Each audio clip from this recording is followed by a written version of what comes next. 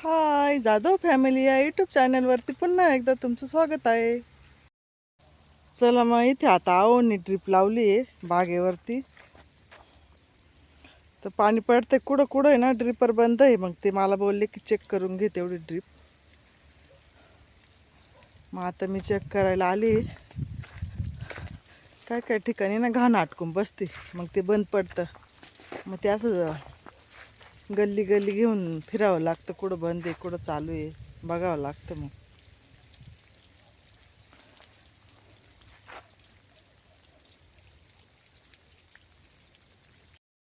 बघा आता हे पण आले तिकडून ड्रीप चेक करत. ते हसू राहिले मला नुसती व्हिडिओ काढते. मग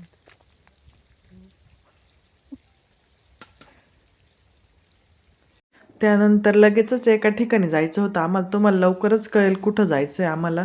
मग आम्हाला आहे ना कृषी अधिकारी लोखंडे मॅडमचा फोन आला होता का इथे इथे मळ्यातच परीच्या मैत्रिणीच्या घरी ना शेती शाळा भरवायची आहे. मग तुम्ही दोघं पण या. मग आम्ही आता दोघं पण आले आता, पण बायका काही आलेल्या नव्हत्या. मग तेव्हा आम्ही थोड्या वेळ घरामध्ये बसलो. मग त्या गप्पाच करत होतो बसल्या बसल्या. इथं बायका पण आल्या, मग सगळ्या पण बाहेर आल्या. बायका पण आहे माणसे पण आहे. मग ते अशा बियांविषयी माहिती सांगत होते, कसं उगवतं कसं नाही. लोखंडे मॅडम बरोबरच आणखी एक मॅडम आले, त्या पण माहिती देत आहे. तुम्ही पण आता शेती शाळेची थोडीशी माहिती ऐका. तर त्याच्यात आपण ती बियाणे किती चांगलं होऊ शकतं यासाठी एक टेस्ट असते, माहिती आहे ना, बियाणे उगवण क्षमता चाचणी. हे पोतं ओलं करायचं. ओलं केलं की ह्याच्यावर आहे ना आपल्या मुठी तिथे दोघी जणी या पाकती जरा रांगोळी काढायची आपल्याला. जा पुढे या उगवण क्षमता चाचणी घ्यायची. आपल्याला हातात मुठी जेवढे येतील तेवढे हरभरे घ्या. निवडून घ्यायची नाही, जेवढे येतील तेवढे घ्यायचे. आणि ते आपल्याला असे 100 बिया लावायचे. 10ची ओळ करायची, 10 उभ्या आणि 10 आडव्या. असे 10 म्हणजे किती हातात येतील तेवढे निवडून घ्यायचे नाही. पोतं ओलं करून तसा. तर अशा पद्धतीने आपल्याला हे असे 10 करा. ते ओलं केल्यावर बरोबर उभे राहतात. असे 10 आणि असे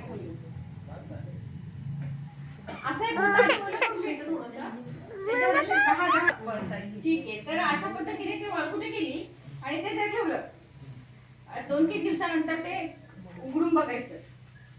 त्याला जितके बियाण्याला मोड आलेले असतील तेवढं आपलं बियाणं उगवण्याच्या योग्य आहे. आता आपण किती बियाणं घेतलं? 100 घेतलं की नाही? म्हणजे सगळे शाळेत आहे भाऊ उपस्थित.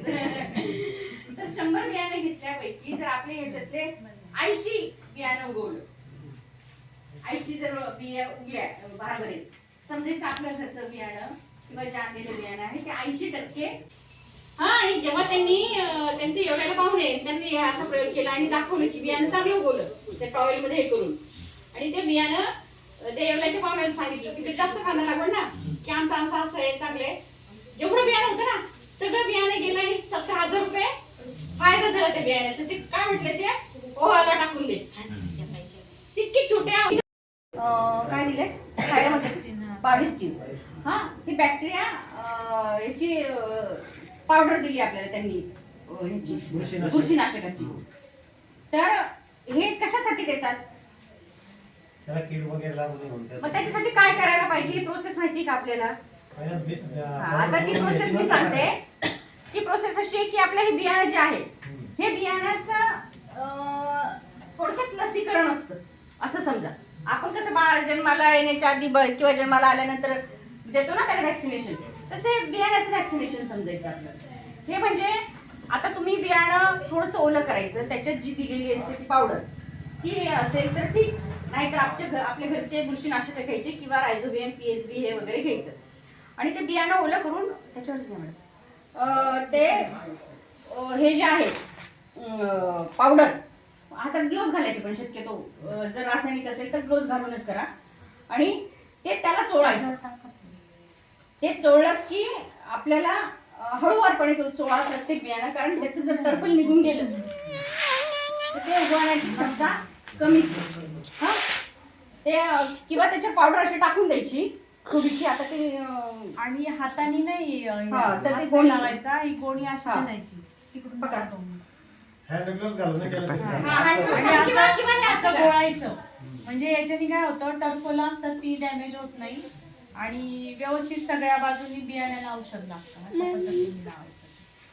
सोयाबीनचं विशेषतः सोयाबीनचं जेव्हा करतो ना, सोयाबीनचं टरफल एकदम नाजूक असतं. ते ओलं झाल्यानंतर लगेच ते बस्ट होतं. तर त्याला भुईमुगाचं पण तसंच आहे. तर त्याला पण अशा पद्धतीने बीज प्रक्रिया. तर काही वेळेला दिसतं आपल्याला का ते काही झाडाच्या झाडं सुकून जातात. मग तिथे आपल्याला एक तर सांधायला लागतं किंवा मग ते आपल्याला नुकसान सहन करावं लागतं तेवढं झाड गेल्यानंतर. असे बरेच जर झाडं गेले तर आपलं तेवढं उत्पन्न कमी येतं. तर हा सांधण्यासाठी आपला डबल मजुरीचा खर्च लागणार आहे, पुन्हा बी डबल लागणार आहे. तर याच्यापेक्षा ही जर बीज प्रक्रिया केली तर आपल्याला ते व्हायरसचा जो मुळीवर अटॅक होतो तर तो होणार नाही आणि आपलं जे झाडं संख्या आहे ती मेंटेन राहील आणि आपल्या उत्पन्नामध्ये पण घट येणार नाही. एक जरी झाड एका लाईनमध्ये गेलं तरी एकरमध्ये असे किती झाडं जातात आपले, त्याचे घाटे परत त्याला गुणिले घाटे, त्याला गुणिले तेवढं वजन केलं तर असं आपलं बऱ्याच प्रमाणात नुकसान होत असतं. तर त्याच्यासाठी आपण ही जर बीज प्रक्रिया केली तर आपले झाडं सुरक्षित आणि समृद्ध आणि सुदृढ येतील आणि त्याला घाटे पण चांगली लागतील, आपल्याला उत्पन्न पण चांगलं येईल. ह्या छोट्या छोट्या गोष्टी असतात की ज्याच्याकडे आपण दुर्लक्ष करतो, वेळ नसतो, चला उचललं बी की चालले पेरायला. तसं न करता थोडा वेळ काढून ही प्रक्रिया केली की आपल्याला त्याचा फायदा निश्चित मिळणार आहे. तर हे 2 प्रयोग आज तुम्हाला दाखवायचे होते. आता आपल्याला आहे ना 5 गट करायचे शेतकऱ्यांचे. त्याला आपण मित्र किडींचे तुमच्या गटाचं नाव लक्षात ठेवायचं तुम्ही. तुम्ही दोघं आणि तुम्ही दोघं. पुढचा गट डॅन्स अँड फ्लाय कोणता घ्यायचा मॅडम?